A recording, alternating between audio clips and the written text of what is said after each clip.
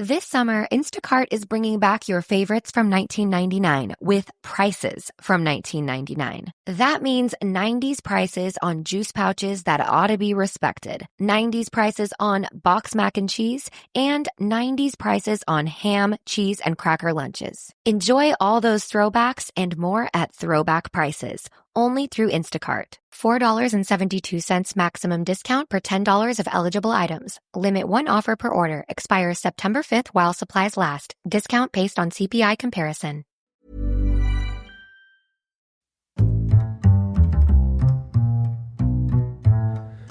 What is going on, everybody? My name is Conor Lawler. Welcome back to another week of Movie Mondays. This is the Heroes for Hire podcast. We are back again talking all the week's movie news, entertainment news, and just generally having a bit of a chit-chat about everything to do with film. As always, I am joined by my best pal, Mr. Shaun Mead. Shaun, how's it going? Good, Conor. Overwhelmed this week. There might be too much news to talk about, I would say. Don't do that from the very start. Lad, I'm setting the bar high is all. A big week, everyone. Stay listening, leave a like, and the rest. I'm sure everyone knows the big news that all dropped this week. It was we're gigantic. all familiar with the big news. We'll get to the big news. I like the idea someone's at home going, what the fuck is the big... What am I after missing? Did I miss some massive movie news? Because we are people's only exposure to the world of movie news, as we well know, Conor. We are on the front lines of journalism in that regard. And sometimes the problem with journalism is that there's some weeks where there isn't a big flat-out trailer, big massive news story to cover. Maybe you just have lots of little stories, and that's just as good, Shaw. Let's not argue. That's just as good as we all know and love. Honestly, some of my favourite stories have been the smaller ones, like the time you told me there was a film where the moon was the villain. That was a big one, to be fair. I mean, yeah, the moon is pretty big, you know? Pretty big. So, I mean, yeah, as we said, this is Movie Mondays, and we normally talk about all the movie news. Normally, we're a bit more cheery, but I feel like we've kind of given away the secret for this week's show. But if you could give us a like and review, because, I mean, it can only go up from here, or down. Like and review it before you hear it, and then don't change your decision afterwards, is what I would say. We're going to start off Movie Mondays this week talking about our favourite man, Mr. James Gunn. Jimmy Gunn. I said favourite, but I mean, I have lots of favourite human beings, but he's just a man we talk about a lot. Who's your favourite man, though? Who's my favourite man? Yeah. No, all men are bastards. There you go, trick question. Correct answer. Yes! Not even you. I would also have accepted Henry Cavill, but continue. Oh, Cavill's a good... No, Colin Farrell. I'm going Colin Farrell. I'm sticking to it. Yeah, I support you in that. That's fine. So, Sean, James Gunn, he came out this week. He did another little bit of an interview talking to Empire, and this is just like... It's a bit of an interesting story because he was kind of being asked not only about the projects that they're currently working on over at DC. I don't know if you know, but James Gunn currently runs DC with Peter Safran. James Gunn, director of Guardians of the Galaxy. Yes, and the Suicide Squad. And Slither. And I should have started with Slither. Lead with Slither, come on, man. Director of Slither, right? But James Gunn, he was then talking about not only about the projects that they're working on, but also the people that they're going to be working on, because obviously brand new slate for DC. Everyone's out and everyone's not in sometimes, but they are kind of in but not in. They might pick some people, they might pick the same people, put them in a different role, they might pick no one and can the whole thing. Exactly. They might tell someone to come back, then tell them the next day don't come back, then tell them go do a Warhammer movie. They might build an entire marketing campaign around bringing someone back, and then 2 weeks later cut them completely and to be fair, I'm going to give Gunn and Safran a bit of leeway here in that they weren't there when they brought back the first person. When they were like, come back, they only got hired midway through that process. That is fair. Fair. That's not on them. That wasn't their decision. And so then they just arrived and were like, who invited this guy? Oh no, we have to uninvite him. Someone's going to have to tell Henry, guys. But James Gunn has been talking about who they're going to cast in all the future DC projects, and he says that he would love to work with all of the people that were involved in the Guardians of the Galaxy cast, but perhaps over on DC's side. Interesting. Now, this is interesting for several reasons, because obviously then you have kind of people picking and choosing, like some big projects, like they'd be perfect for this, they'd be perfect for that. Also, other side of the argument is maybe we just hire new people and maybe we just forget about those people and let them go off and do different things. That is fair. Can I offer a single counterpoint? I know who you're going to pick, and I know the role you're going to pick him for. Go on. How quickly does Dave Bautista accept the role of Bane? I knew exactly what you mean. It's the biggest, easiest slam dunk of all time. It's the biggest, best win that DC could ever hope for at this point. But I would then counteract that with, it's so funny because I was saying it, but I was like, but Dave Bautista as Bane though would be cool. We kind of perfect, like. But also, you have the other side of the fact that maybe Bautista doesn't want to come back into a superhero role, because, I mean, he's very adamant in that he just loves acting, and he loves acting in, like, really big, fucking cool movies that he can win Oscars for. He's going for Oscars, this guy is. That's fair. We've said it before, he's the wrestler that best transitioned to being an actor because he picked the right roles. Because he picks weird roles. Like, he picks different like roles. out there roles. Yeah, and so, like, he's kind of covered a whole area. And I don't... Even just the way he's talking about Drax now, it's kind of like, this is my last hurrah. I'm never going to play Drax again. The vibe I love Drax, but, like, he's limited in what you can do. And the vibe I got was maybe he's kind of out of superhero movies, which is absolutely fine. I mean, there's nothing wrong with that. Would James Gunn coming in going, I'd like you to play Bane, but a smart, a comic book accurate Bane. We're gonna do Nightfall, and that's the Bane you're going to play, and break Robert Pattinson's spine. See, would you put him in the Pattinson universe or have him as the Bane in the new mainline DC universe? I'd put him in the Pattinson universe. He'd be way better there, right? Like, there's somehow more prestige to that. like a million times better, solely for the fact that Pattinson's Batman would do that, make that mistake. So if anyone hasn't read Nightfall, I know we're concentrating on one member of the whole Guardians team. It's all I care about, I'll be honest. To be honest, Chris Pratt's in everything, right? He's grand, right? Bradley Cooper, he's done enough already. He seems pretty good at acting, that guy. Vin Diesel's on another Fast and Furious 27. But Zoe Saldana has 18 more Avatar movies to make. She's locked in. Jimmy Cameron's got her locked in. But like, you have Bane in Nightfall. The story goes that he basically he releases all the criminals from prison, and he makes Batman spend all day, all night, for 3 days straight, I think it is, just rounding all the villains up, putting them all away one by one. He never sleeps, and he gets weaker and weaker as the days goes on, just trying to put everyone back. So he's got to go catch Riddler, got to go catch Penguin, got to go catch Joker, whatever. Day 3, Bane just shows up at the fucking mansion while Batman's like limping home after his 900th battle that fucking week, and Bane just turns up and just breaks his fucking spine over his kneecap. Yeah, it's like the scene in The Dark Knight Rises, but way better. way better set up. Because Batman's way more heroic in that he's like, he actually tries to fight, even though like it's like his 57th fight, and he's just like, okay, and this is like the big boss. But it's literally, it's like Captain America, I can do this all day. He's like, he's just gonna get back up and try and fight until his spine gets broken. And I can see Pattinson's Batman just pushing himself constantly to try and capture all the criminals, and then getting caught just because he's just constantly trying to catch everyone all the time. True, but I feel like you might fall into the trap there of like, it's still quite early. Like, I don't think you could do that in the Batman 2. I think you'd have to push that to maybe the third Batman movie, in which case that might be the last Batman movie. But then you're just basically mirroring Nolan. The Nolan trilogy, which is they're already being accused of because of a Joker tease at the end of the first movie. It's a whole thing.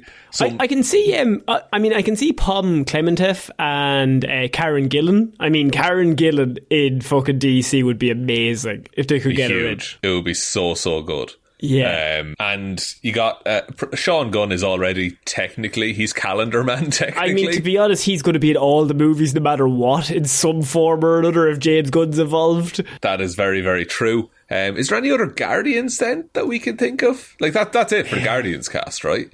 I mean, the one casting I did see was Chris Pratt as Booster Gold. That makes sense. I can see that happening. So Booster Gold's character he's just a cocky idiot from the future who's come back in time and is pretending to be the world's greatest superhero from where his time was, but he was a loser actually in like the year 2900. But he's come back in time and he's like, I'm actually a massive hero where I'm from, and he's kind of just useless. You wouldn't know it because it hasn't happened yet, but I'm gas. Yeah, and he's kind of useless, but he spends his whole time just going for followers. Like, he just wants like fame more so than anything else. That's cool. That's kind of like Star-Lord a bit in that it's just like roguish, like cult of personality thing that he's kind of building up around himself. But it's a little more sad with Booster Gold. Yeah, would you enjoy the Guardians coming across? Because obviously, like, James Gunn's worked them, he's friends with them all. Or do you just want a clean slate, just brand new people? I don't think if you're making a film, you need like tentpole actors that you can build the thing around. And be like, here's this well-known actor that you know and like, come see our film. And then you introduce maybe smaller characters and smaller actors, or less well-known actors, who then benefit from that exposure, I would say. Well, I mean, the counterpoint to that is the Guardians movie, in that nobody was known. That's true. Zoe Saldana was the biggest name in it, but she was blue most of the time in her like biggest movie of all time. In the movie she was maybe most and the Star Trek films, like they're probably her two massive roles at that point. At the time, yeah. But I don't think it's a bad thing to bring any of those actors across. But I wouldn't, like the way Chris Pratt is being cast as like Garfield and Mario, I wouldn't bring him across solely for the fact that you can use Chris Pratt on the poster, if that makes sense. And I do also think Chris Pratt's, I think his selling point is like dwindling more. So, he had a good 10 years there of being the new hot thing in Hollywood. Yeah. And I feel he just did too much and now we're sick of it. I think he was in every movie for like so long that everyone's like, okay, well, it's just Chris Pratt. Yeah, he's just in this movie. He's just playing Chris Pratt. Yeah, and he's playing Chris Pratt. I think the two I would love to see are obviously Dave Bautista and Karen Gillan. I think Zoe Saldana, as you said, locked in for like the next 4 of Avatar movies. I don't think you're ever going to clear up her schedule at this point. No. Karen Gillan as a Barbara Gordon Oracle would be fucking amazing. That would be pretty fucking good, actually.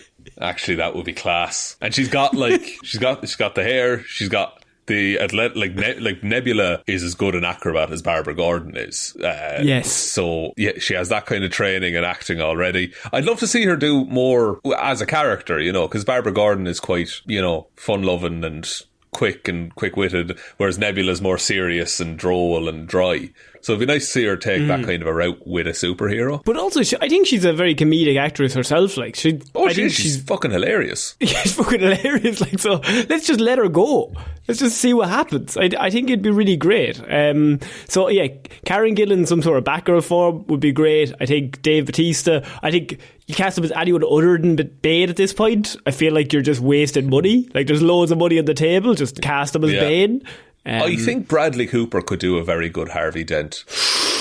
That'd be great. I think he'd be really good at that.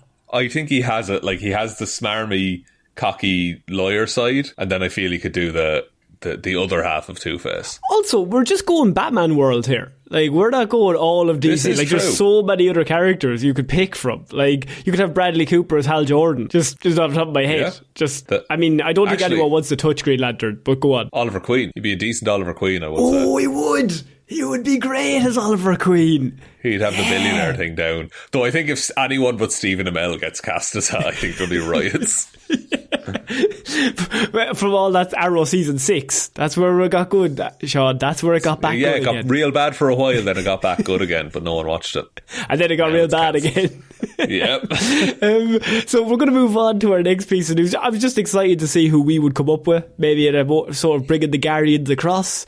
We've got just Batman here, but send in your ideas of across the because there's fucking, as you can see through our Hero Zeros, there's like millions of them that it could Fucking be. Heap of DC characters. Most of them are shit, granted. But some of them are right. No, it's true, but you don't want to say it out loud. He's out of line, but he's right. Sean, I'm going to say some words now that you are not going to enjoy, because I have Tron 3 is back on with Jared Leto. He's back in for Tron 3. Yes. That headline got worse and worse by the fucking word, didn't it? Is Jared Leto in Tron Legacy? Yes. Who is he in Tron Legacy? Some weird computer man? Oh, I think so. I'm trying to remember. So the Tron, Leto has, I mean, he's been leading the franchise for many years, Sean. He's the big deal in that franchise. We all know and love Jared. It's your first time listening to us talk about Jared. Jared is one of the worst people. He's just a horrendous, like he's just a miserable human to be around by all accounts. We don't as like an Irish him. person, we're going to call him No Crack, and we're going to call him Bad Vibes. We're going to leave him as that. No crack, bad vibes, notions, and just dry. Dry. He's dry. That's exactly what he is. That's not. I like how our insults are just. He's dry. Like he's fucking dry. He's no crack. Like there's no fun about him. He's just miserable. So Jared, I mean, he's had a few years of like massive stardom with Morbius, Morbius re-release, Morbius hopefully re-release. We can only hope. He had the Joker, that was pretty good. Blade Runner 2049. He ruined that one as well. Yeah, House of Gucci. He was terrible in that. Yeah, he was.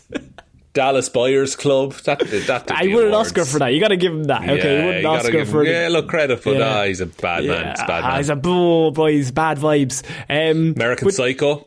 Gets axed to the head. Fight Club gets the shit kicked out of him. I'm sensing two of my favourite movies, Sean. They're my faves. But yeah, Tron 3 is now officially happening, and Jared is coming back. Hot off Morbius' success, he's bringing back Tron 3, which is a movie we were all asking for. I'm pretty sure Tron has a massive fan base, which is pretty cool.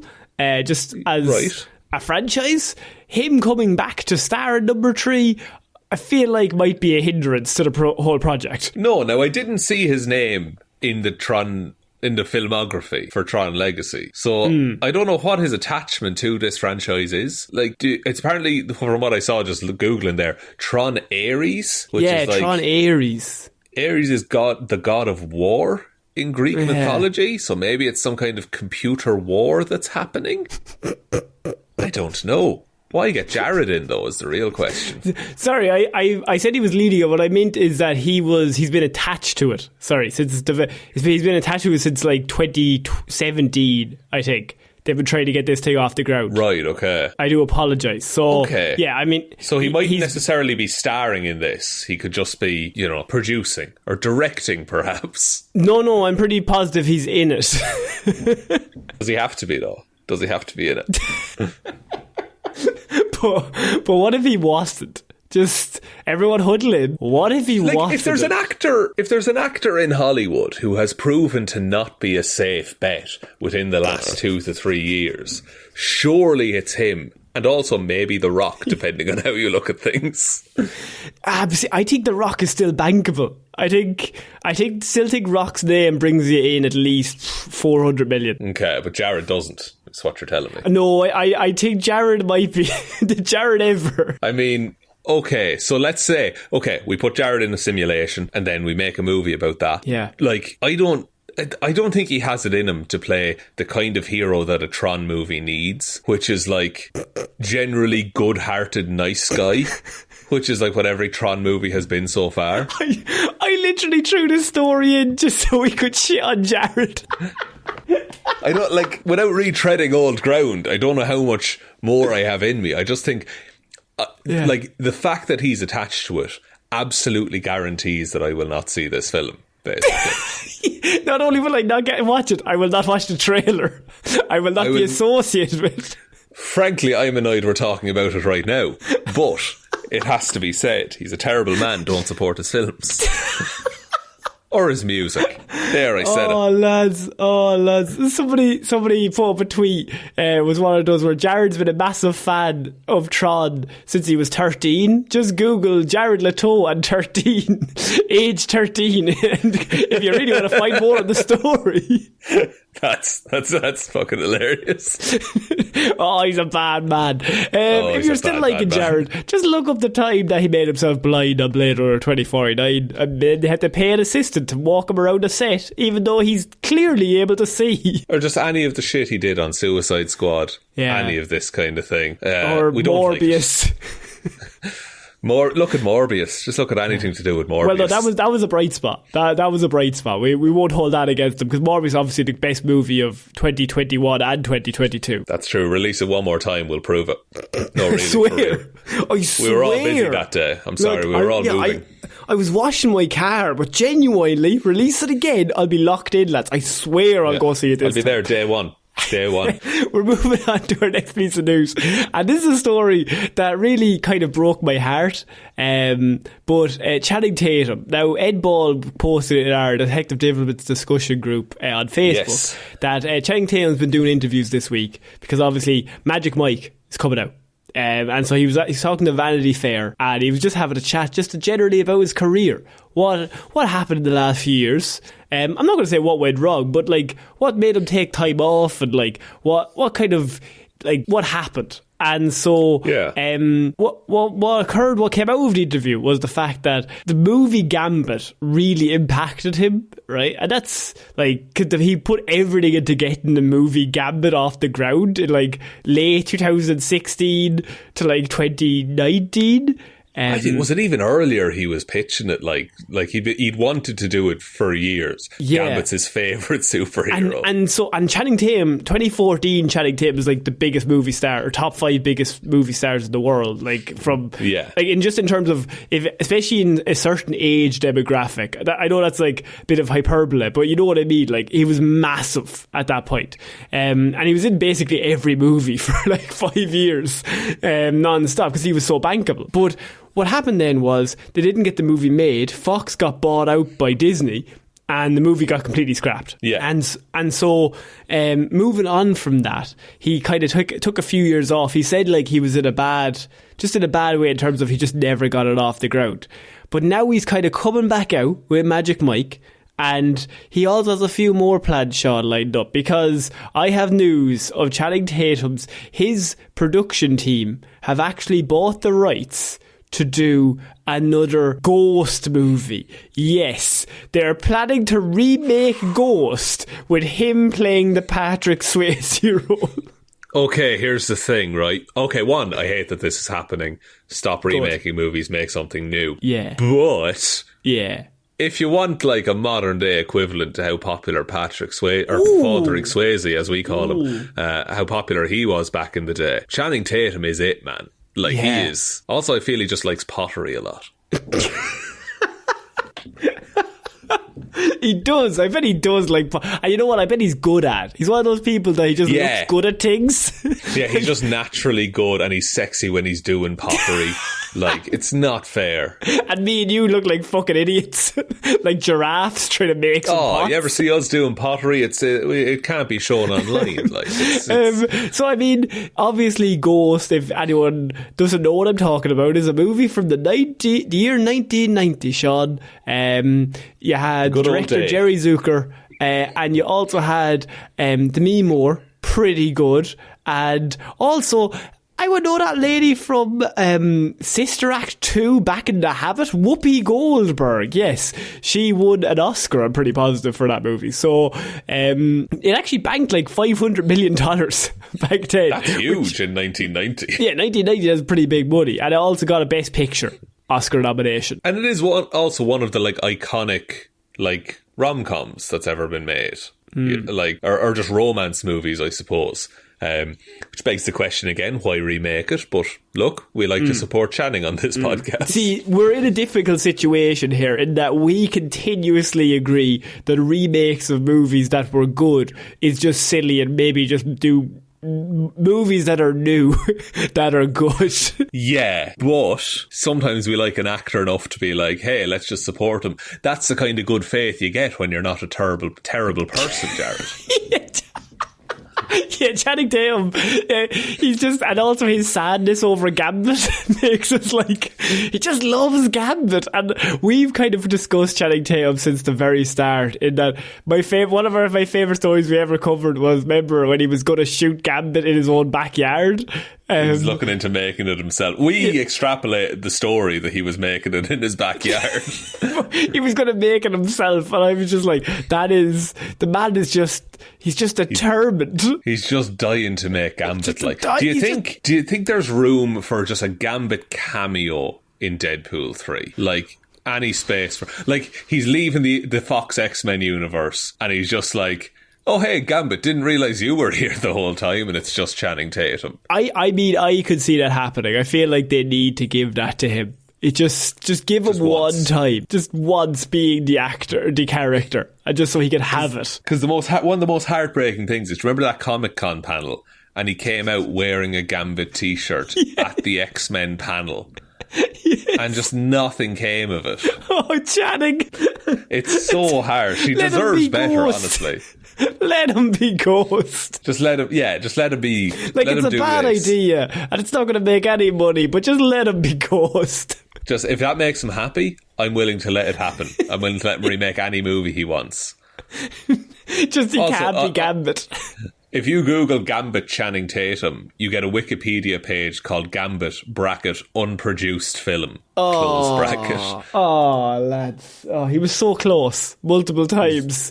So ready. So ready to go. He was just ready. He was just so... And he was starting like G.I. Joe, and he was like, I don't fucking give a shit about G.I. Joe. Just let me be Gambit. like back from like 2009 even. Like when Origins Wolverine was happening. He was in talks to like do something with Gambit. Yeah. Oh, it's so heartbreaking. Okay, so I mean, I just wanted to cover that. So we could be getting a remake of Ghost starring Channing Tatum. So we're all aware. And Sean, I'm going to move on to another headline that, look, literally I'm just going to say the headline, and I'm genuinely intrigued as to how you're going to react, because I feel like you're going to have the same reaction that I had upon hearing this. So here we go. Sequel to The Passion of the Christ is reportedly filming this year.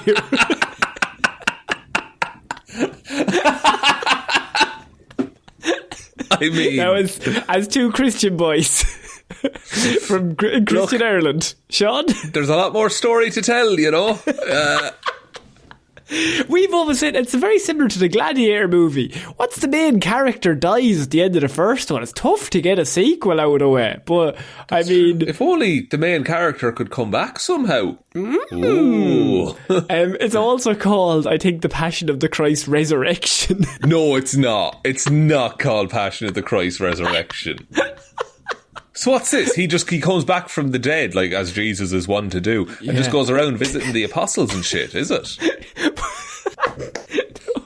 So, it's one of these stories, right? It's very clear. Look, we're not here to insult anyone's faith. It's more so that we grew up in a very religious Catholic Ireland, schools especially, and so we get beaten with this. So this just becomes funny to us that there's going to be...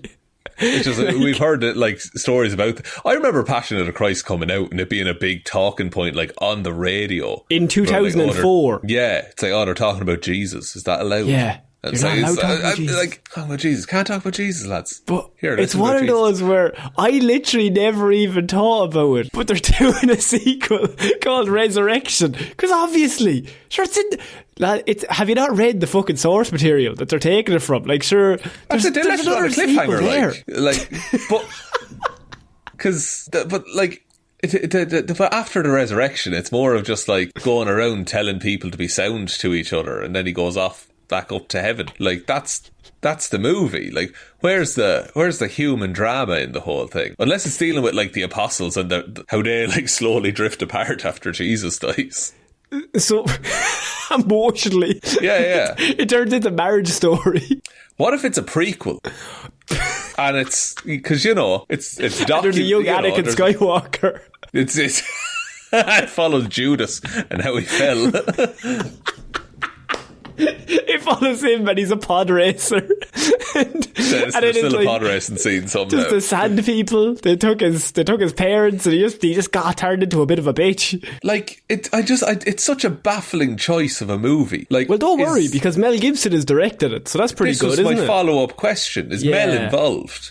Mel is directing the sequel, yeah, and it is actually called The Passion of the Christ Resurrection. I was not lying. That is the name they have it working under. Right, okay. I mean, look, in a similar vein, Google, if you want to know how much he knows about the source material, Google Mel Gibson Judaism, because let me tell you, there are some articles. He knows heaps, you know, so why not support? Why not give him millions to make another movie? And you know what? He just keeps being quietened by Hollywood. They just won't let him make anything. They won't let him do any more work because of things he might have said in the past. And didn't I read he was in like 7 movies last year? Yeah, he got around last year, didn't he? But he's not allowed work. That's the problem. That is the problem these days. I mean, you can't say nothing. Can't say anything these days, Sean. Especially things that are offensive. PC gone mad. So what happened is Hollywood got woke and went broke, clearly. But, like... Do you bring back the same actor who played Jesus in the first one? Oh, they are, yes. Yeah. Oh, okay. Good. Jim Caviezel? Not familiar with him, but I guess he played Jesus that one time. Look, it's a defining role for the lad, to be fair to him. I mean, look, if you start off and you played Jesus... Yeah, where's to go from there? Huh, do you know what? He was originally cast to play Cyclops in X-Men. Fucking hell. There was a bit of a scheduling conflict.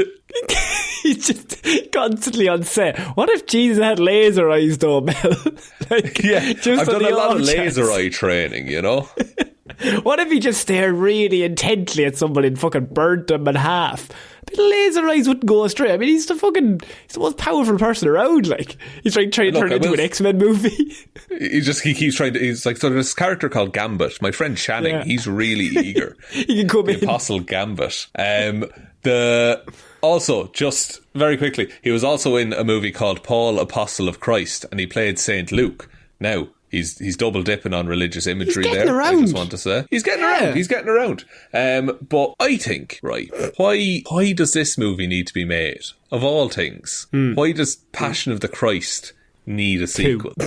Resurrection. I think the first one said everything it needed to say. Honestly, yeah. And it was, the first one was absolutely categorically made thinking, no, we'll never make a follow-on to this. And like, what's the stakes? What is the stakes when Jesus We need to go back and watch the first one. We need to go back and watch the first one to see if there was any hints of a sequel. Are we doing that for the Lazarus Pit, are we, on the Patreon? They were universe building at the time, Sean. That's what I mean. Well, I'd say you need a fucking Lazarus Pit, so you would. To be fair to the lad. Yeah, and look, I will say, I don't like Mel Gibson. Hacksaw Ridge is a pretty good movie, I will say. Yeah. But I think Garfield carries that. Andrew, not the cat. The cat. But also the cat. I mean, they both love lasagna, famously. They love lasagna. I mean, do you think Andrew likes lasagna? I'd say Andrew Garfield likes a lasagna. Probably a veggie lasagna, I will say. Just Hollywood types. But he seems like a nice man, though. So we'll always back him as well. Oh no! Again, Jared, this is the good faith that a man can build. You know, Jared, he's just not Jared and Mel.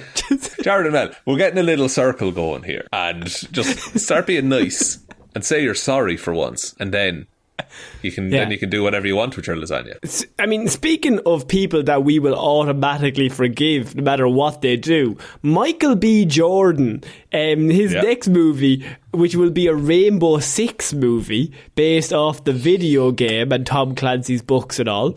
You might think, just another movie. Well, John Wick's director, Chad Stahelski, I think I'm pronouncing that correctly, probably not.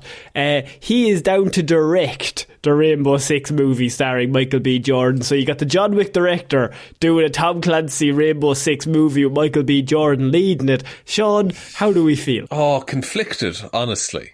Because it's a movie adaptation of a video game adaptation of a book series.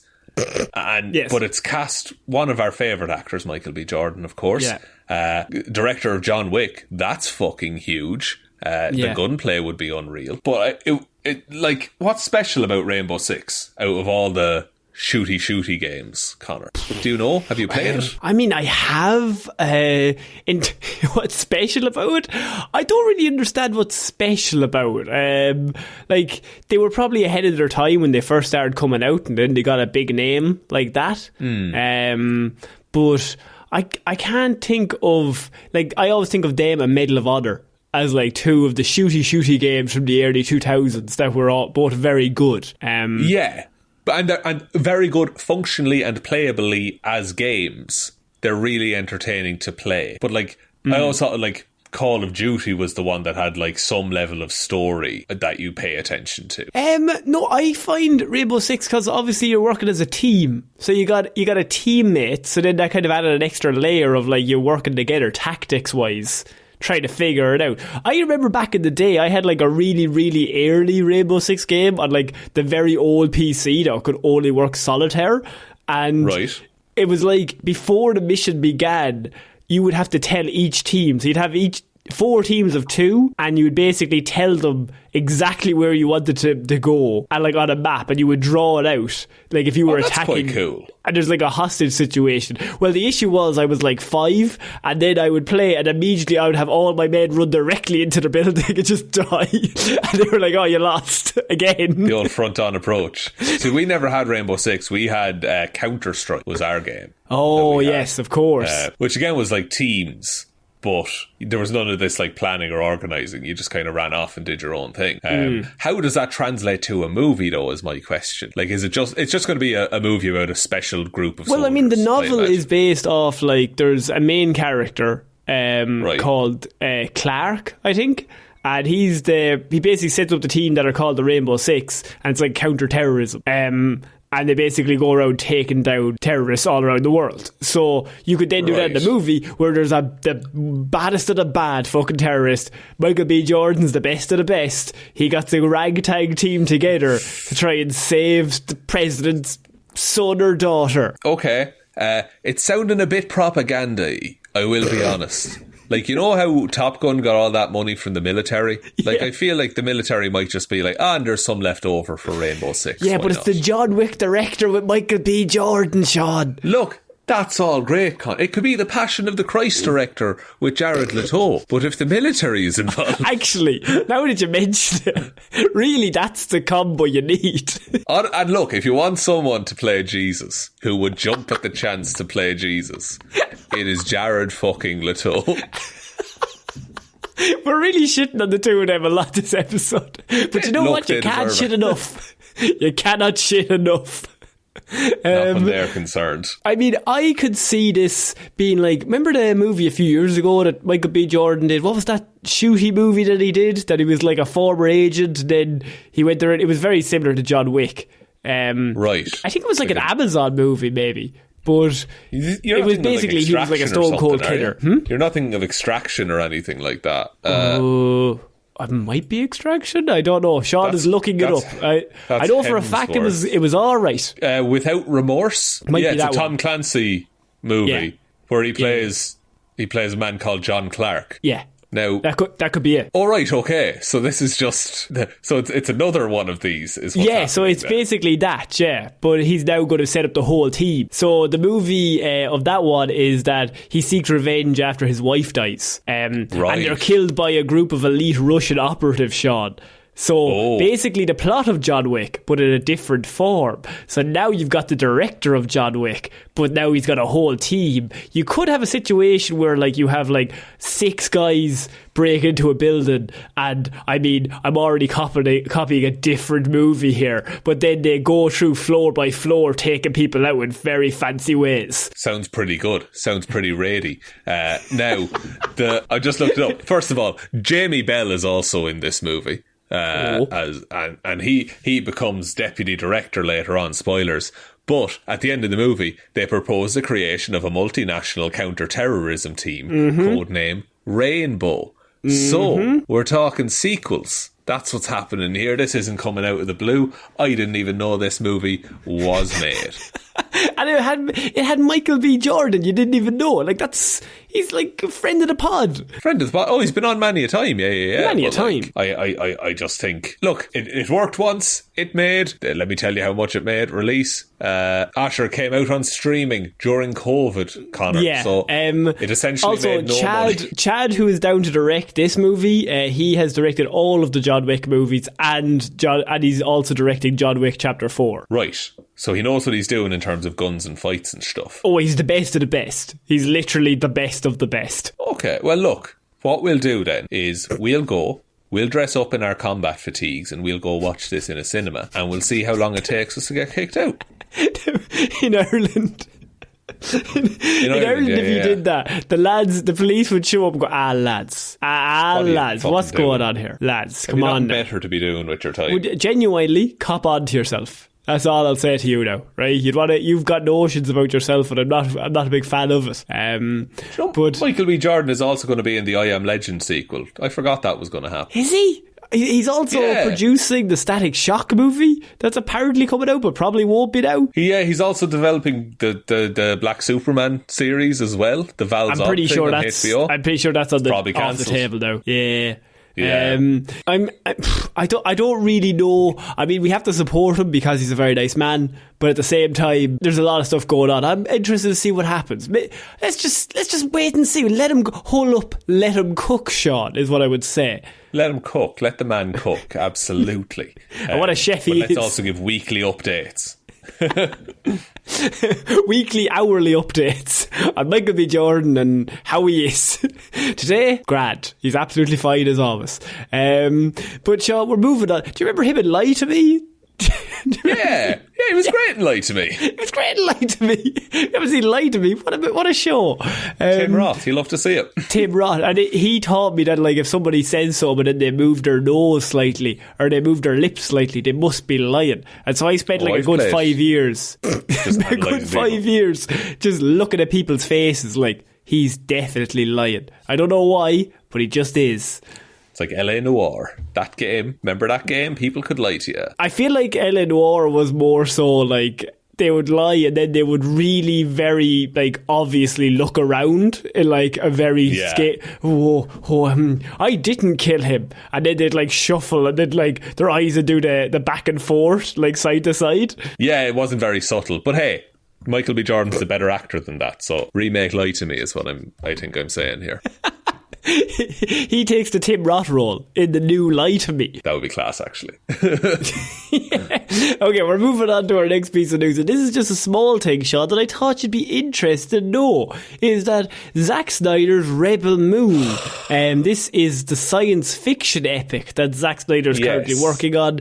It's going to Netflix, it's all well and good, but we've now found out from Variety that the Rebel Moon movie is not going to be just one movie, it's going to be a part 1, part 2, which is what we kind of knew, but has now been confirmed. Thankfully, Shaun. So the Rebel Moon will live up to that description, as the producer has come out and said Rebel Moon is too epic to be just one movie. Shaun? This is going to be the most middling sci-fi movie that anyone's ever made. Now, look, I'm sure it'll look fantastic, but I should be nice. I keep telling people to make new things.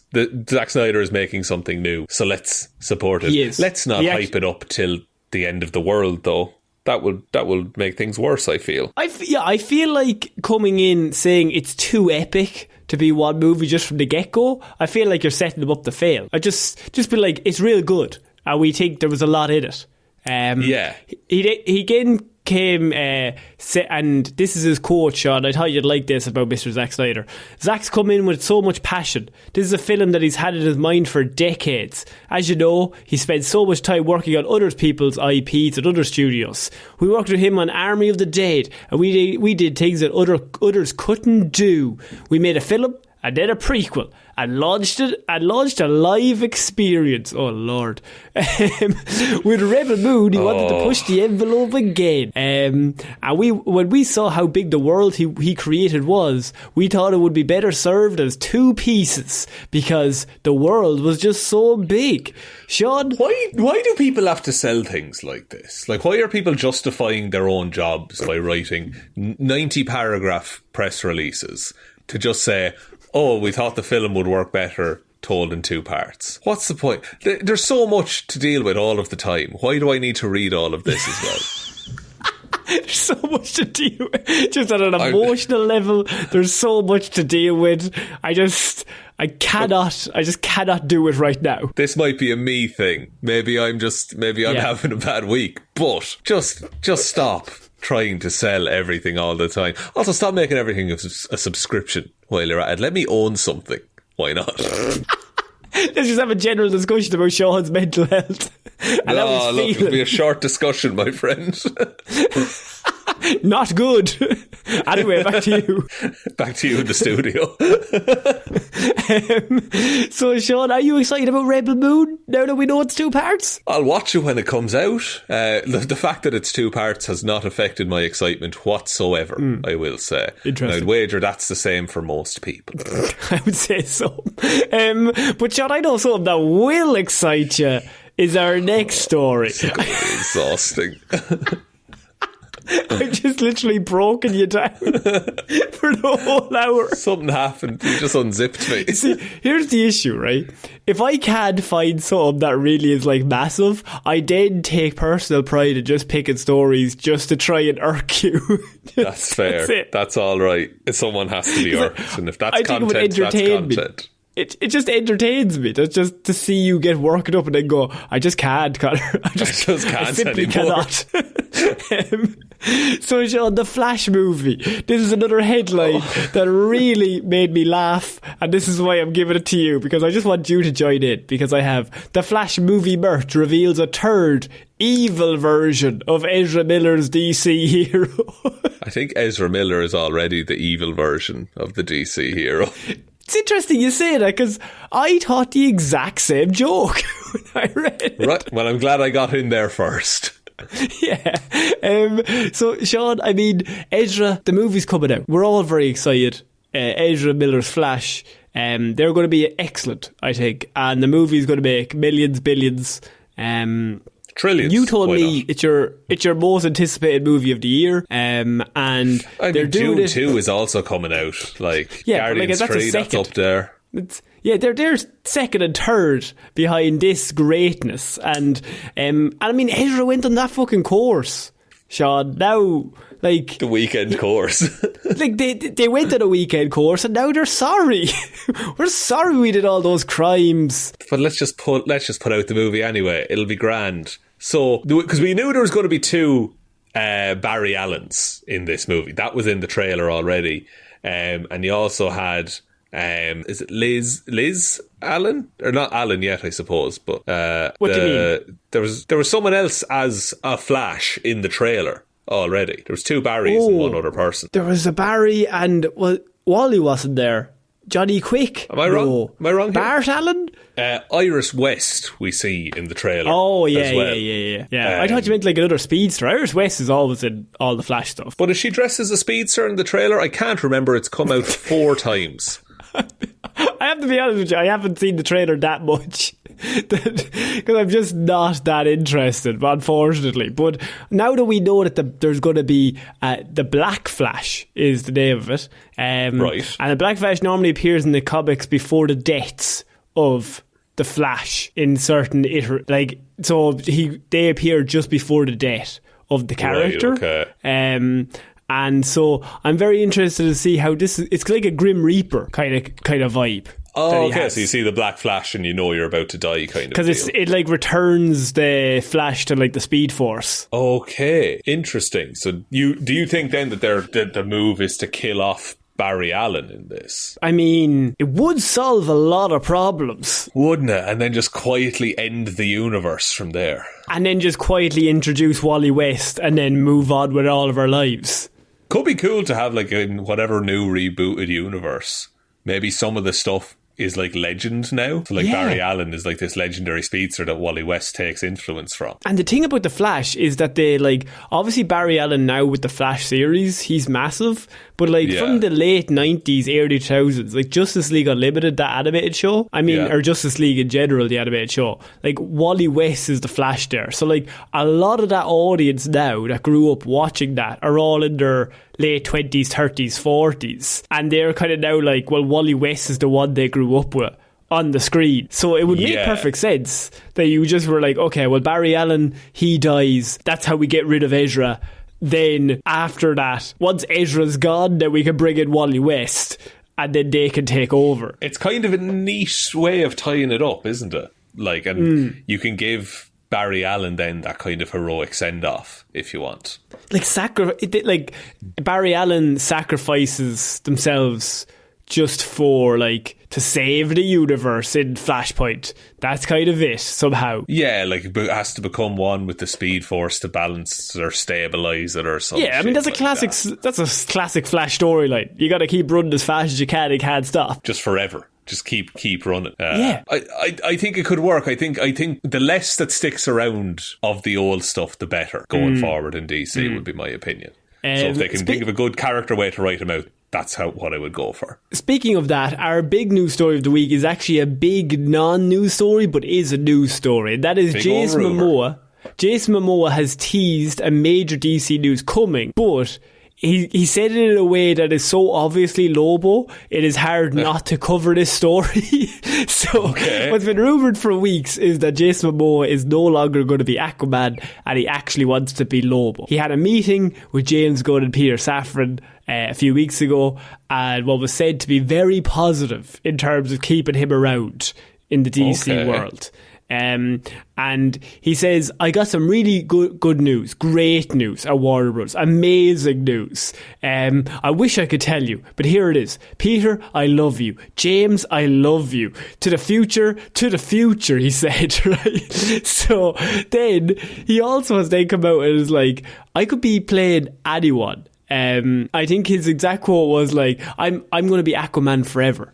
And like he's like, I'm Aquaman for all times. I don't want people coming in taking that, but I could also play other people. Just like I can be lots of different things at once. Could he not have just held off on this? Like instead of saying all of this vague stuff, just wait like 2 weeks when they inevitably announce it. But I mean, he said like he came out and he was like apparently cheering after the fucking meeting. That he was like, this is excellent, this is perfect, this is exactly what I wanted. This is the best news. He's the only... Gal Gadot came out crying and Ben Affleck came out just with his head in his hands. Henry Cavill kicked out a window. Came out carrying like a box of all the shit that was on their desk. Like. Henry Cavill was kicked out by security and fucking Mo was like, yes, this is perfect. He's done really well out of this. Honestly, look, he's a good cast for it, is the thing. So I'm really not mad at that. Also, I should mention that like he's also yet to play Aquaman in Aquaman and the Lost Kingdom, which you forgot is also coming out this year at Christmas. Has that been filmed? Yes. Right. Okay. Is that coming out? Should that come out? It's coming out December 25th, 2023. I really don't think it is. No, it is. Don't prove me wrong, but... It is. Yeah. I think they are releasing it and then they're just moving on and he's going to be Lobo. And then it's DC 2024 is going to be completely different. I think he's like the last bastion, December 25th. And then after that, they're like, right, from now on, clean slate after this year, which is like another year lost, unfortunately. But it's a year they can be doing setup and pre-production for other stuff. Like, we'll still get, I assume, announcements of what's happening in the reboot. Like, the vibe I was getting was he was like, I'm so excited, I've landed my dream role. And they're like, well like Aquaman. He's like, yes, that's Look, the role. I can play Aquaman, that's no problem. I like Aquaman, he's good, but he's not my dream role. He said at the time that his DC dream was coming true. Jesus Christ. Get fucked, Aquaman. So, I mean, would you like to see... I mean, if we got DC Lobo, and then they don't even have an Aquaman anymore, but now they have a Lobo, it's really strange, but also kind of cool, and I could see him appearing in the Suicide Squad sequel. Oh, yeah, absolutely. Like, I instead of just trying to cast the big three or whatever, just cast who you think is right for certain parts and make those movies work. Like, the Suicide Squad is a great movie, even though most of the characters are basically unknowns. Is because they have the right people playing them and they're written cleverly. I think the Suicide Squad is like so... I'm not going to say underrated, because I think a lot of people who've seen it are like, that's really good. It didn't make a lot of money, but... Yeah, I mean, unappreciated might be the word. Yeah, like, it was so good. Like, just go back and watch it, and just even in terms... Like, that shot in Homelander. That shot in John Cena's character. Peacemaker, yeah. Basically the same person. But Peacemaker's helmet and him fighting... That fight scene. Where Rick Flag is so fucking good, just in the reflection. Yeah. But yeah, I mean, I think that's it for this week's Movie Monday, Shaun. A lot of DC news, a lot of stories just to annoy you. But next week I'm hoping for some big trailers are dropping. Look, knowing our luck, they will all drop tomorrow morning. Yeah, probably. But hey, I survived. I'm better for it. I'm more excited about DC than ever. What about Passion of the Christ 2? Look, I'm more excited about Jesus than ever. Yeah, take us out, Shaun. Thanks everyone for listening to this episode of Movie Mondays. We'll be back on Wednesday with Weird News Wednesday, Friday with Hero Zero, and next Monday with another episode of Movie Mondays. Big thank you to all of our wonderful patrons over on Patreon. Shoutouts go to Róisín the Wife Palmer, Joe Burney, Ryan Komatsu Dozer Enthusiast Evanson. Fun facts with Waffles. Did you know that the Kiwi lays the largest egg in ratio to its body of any bird? Jesus. Did you know that, Connor? That's some crack. Oh, very good. Excellent. Thank you also to David Clarke, Shaun Chuck in the wash and It'll Be Grand Jamieson, Dominic, Anna Iris Walrus Forever Hjelmroos, Danny McLaughlin, No One's Ever Really Gone Luke Hoth, Lordsmish, Michelle Browne, Michaela Doughty, Buster, Ed Ball, The Adventures of Indiana Jones and the Franchise That Just Won't Die. Conor and Lorraine had completely forgot to shorten their long nickname until catching up on the podcast recently. Well, thanks for changing it now. Russ, character limit be damned. It was just a temporary setback in this whole naming malarkey, but I'm still just Russ-Parfitt and Jackson Bruheim. Look, you're entertaining Connor at least. But thank you all for the continued support. If you want to get access to the Patreon, get all of our movie reviews and things that we have over there, head on over to patreon.com/Heroes for Hire podcast. Link to that in the description. Also is the merch store, heroesforhire.ie/shop. Twitter is @HeroesForHirePod. The 4 is the number 4. Facebook is Detective Divilment's discussion group. Instagram is Heroes for Hire podcast. And the best way to ever help out the show is to tell one human being that we exist. Just a one, please. I think that's about it, Connor. I think so. So I've been Connor Lawler. I should Shaun Meighan. I shall see you all next week, guys. Bye.